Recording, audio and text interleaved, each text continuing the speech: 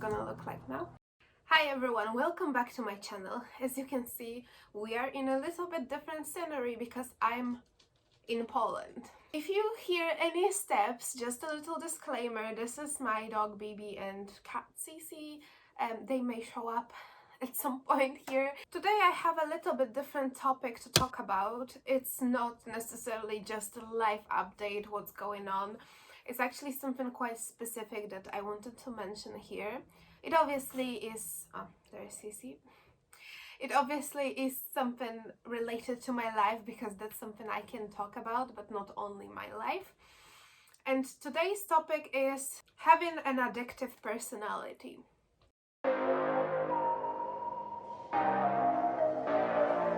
I'm not really gonna get into details that much, but I have a history of addiction in my family, and I also happen to have addictive personality. And what I mean by that, it may sound surprising for many people, but if you are one of the people, but if you know what I'm talking about, can relate to it, you know it's real. I tend to find things that I get addicted to for some time. And it literally cannot be just addiction, it can be just something that I'm getting used to do, getting used to eat, and I'm gonna constantly stick to this one dish, for example. Like, it may sound ridiculous, but this is something that is giving me this kind of safety around me feeling. I have dishes that I would cook and cook and cook until I literally cannot look at them anymore. One of these dishes was my macaroni and gyros vegan salad, aubergine baked with salt and oil. Like, I would literally bake 2 aubergines a day and I would just eat them like that. I had something called kopytka, which is something like gnocchi, but with sugar and peanut butter sauce and cinnamon. This is a dish that I was eating on my 3rd year of bachelor degree every single day. I'm not even lying. I was eating baked potatoes every single day. Yeah, it was like many things. But speaking of addictions, I think it's something that is giving me a sense of stability in life. It's something that is a form of stress relief, a form of unwinding as well, because sometimes these are substances that are at some point affecting our brain. It doesn't need to be a drug, it can be whatever. And the first addiction I remember having was Coke. And I think I was about 11, 12. It's actually funny because when I was a child, I used to be denied drinking Coke. Like, it was banned for me because it was unhealthy. Only on like a family parties or something I would be allowed to have a glass or 2. But overall in our house, orange juice, water, which I hated water when I was a child, that was acceptable, but I couldn't drink Coke. And I think that's something that is also interesting. I am this kind of personality as well, that if someone tells me not to do something, I'm gonna want to do that even more, and I'm probably gonna do it anyway. So that happened to me when my parents split up. It was mainly my dad saying no to Coke for me, and my mom didn't really care that much because she was drinking Red Bulls all the time herself. So when we moved out and we started to live separately, I feel like I got this sense of freedom in terms of Coke, and I would drink Coca-Cola every day, to the point when I wouldn't drink anything else. I wouldn't drink water, I wouldn't drink juice, I didn't like anything else. I would just drink Coke. When I was in school, on breaks, I would go to the little shop that we had and I would buy a can every single break that we had. Then I would go back to home. Then I would go back home, I would go for shopping with my mom, and I would buy this 2-liter big one. I would drink it all, and sometimes even more than that. As you can imagine, it affected my teeth, it affected my health. I was so used to caffeine and sugar in my blood that I got chubby, probably also because of that. I'm not gonna lie, I was drinking so much that I was never like super fat, but I was a little bit chubby at that point. It was like this early teenagers years when I was getting into puberty. So it definitely had some effects on me. And to be fully honest, I cannot even say what was the main reason why I quit Coke. Was it something diet related? Probably yes. Probably I had some 3-day diet that I wanted to do to be skinny for summer or whatever. But I quit Coke. Like literally within one day, I stopped drinking it. And that's it. But then quite shortly after, I found a new addiction, a new thing. Energy drinks. I used to drink energy drinks like water. Like, I'm not even gonna lie to you, it was so unhealthy, I can't even imagine. I got to the point when I couldn't sleep at night because my heart was pumping so much because I drank like 2 liters or more of energy drinks, being aged like 14, 15. So I remember there were these cheap energy drinks when I was a child. They were called B Power from one of the chain stores in Poland, and they cost like nothing, like literally nothing in comparison to Red Bull. The whole 1.5 liter was less than one Red Bull, and I would buy this one and I would drink it all in like one day or even more than that.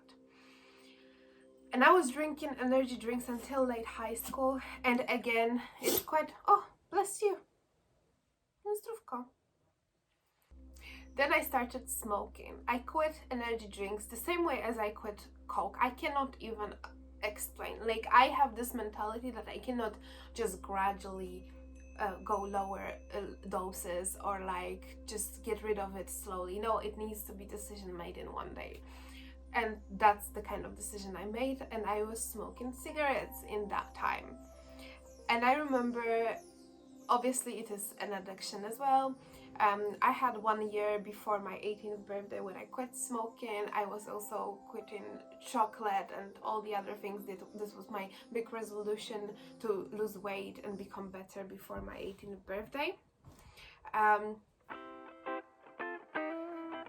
course.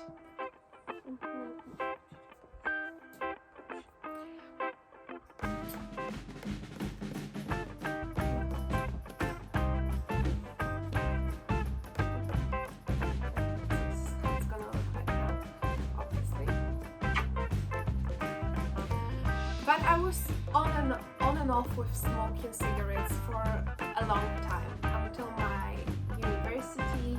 I think it was the second year when I also decided to quit. And in this case, I actually know exactly why. I think that I was always quite in denial about the effects of smoking that they may have on my body. But there was the time when I started to actually experience it. And if you're smoking, or if you ever smoked, you will understand what I mean by that. That when you smoke, you are coughing a lot, especially in the evenings, especially in the night, you are coughing. So I started to cough as well. And I also had moments when I started to feel dizzy after going for a cigarette. But I would ignore it because it was mainly in winter when the difference between temperatures was really high. Outside it was super cold, inside it was super hot.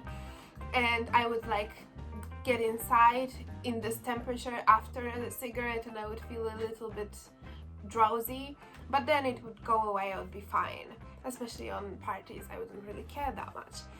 But there was this one evening, I remember, that I went out for a cigarette and I came back inside and I felt so dizzy at that moment, this like post-nicotine feeling with this hot flash, that I had to go to bed and I couldn't move myself for like half an hour because I was feeling so sick. I was pale, I was barely breathing. In the first place I was hot, then I got cold. It was like I was just about to faint. That's how I felt, and I never fainted in my entire life.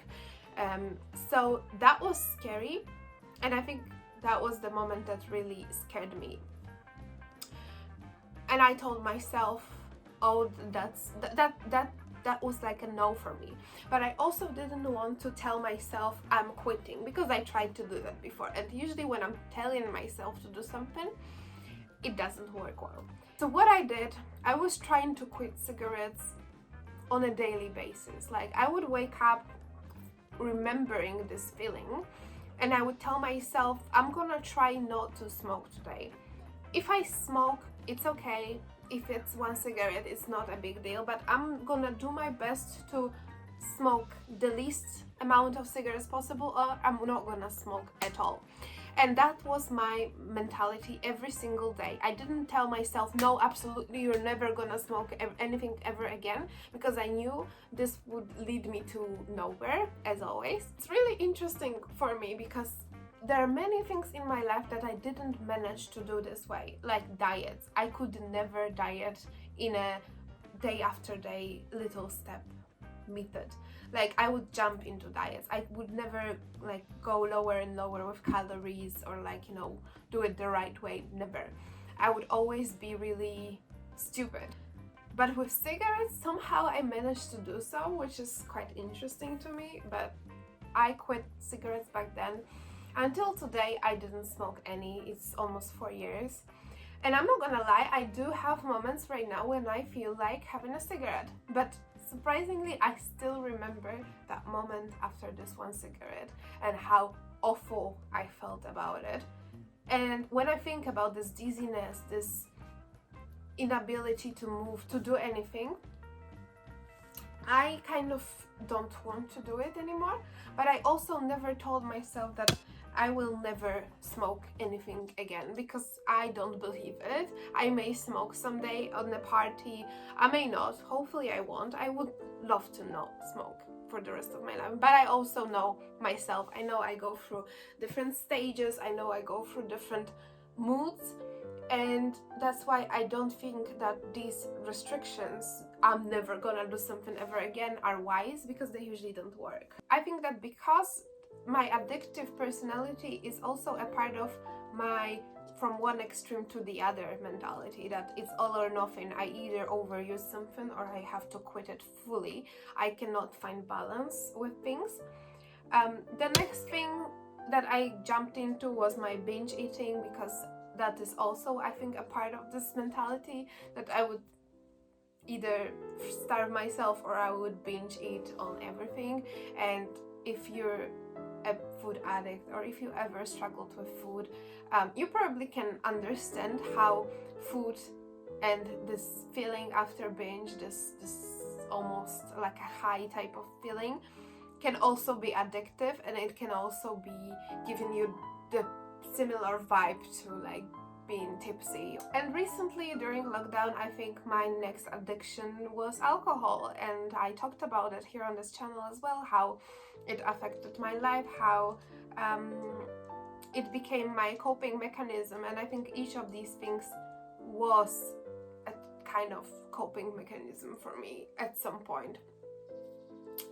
I'm trying right now to go against this extreme mentality. Like, I went through a therapy focused on my behavior, my thoughts, and focus also on finding balance with things, to not jump into one extreme, to try to be in between and deal with this uncomfortable feeling of not being fully this way or that way, because that's something that I deal a lot with. If for me, I see I have a really specific vision of, for example, productiveness.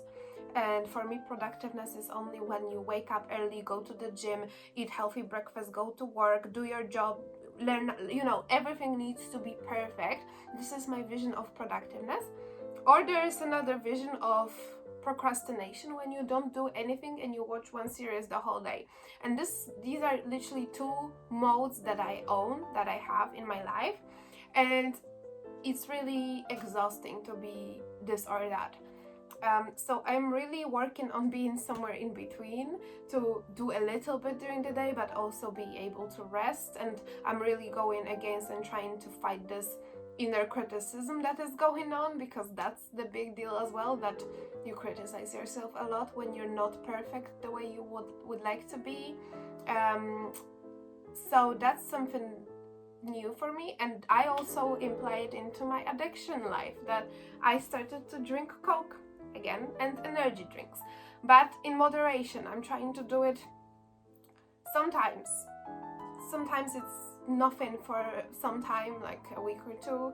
Sometimes I do drink a little bit more because we have Coke in the fridge, so I would take a glass or two, and that's what I would do.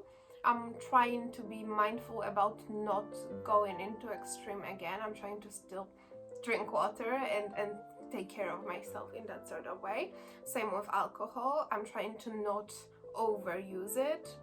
It's still there, it's still in my life. I would like it to be quite intuitive for me, so I don't have to think about it. I wouldn't want to be this kind of person who needs to think about everything all the time, like whether I should eat it, whether I should do it, should I drink this glass. Like this life is exhausting, and I've run this kind of lifestyle for a really long time, when I would really count everything and think about everything, how much I did this, how much I ate, how much this and that, which is not the way to live. Like, I am all about intuitive eating, intuitive drinking, working with my body, not against it. So that's the kind of path I am trying to follow. My addictions didn't disappear. My addictive personality is still there, and I know I have these tendencies to be obsessed about something, to be really too much about something. And finding balance is not always easy, but this is the path I am taking. So please let me know if you are this kind of personality as well, or if you know someone who is, and how are you dealing with this. Was it interesting for you? Thank you so much for being here with me. I hope you enjoyed my little scenery here with BIBI. Cece didn't show up. She's, as always, living her best life somewhere, jumping on the shelves and destroying everything. Which, yeah. Thank you so much again for being here with me. Please consider subscribing, and I'll see you on my next one. Bye bye.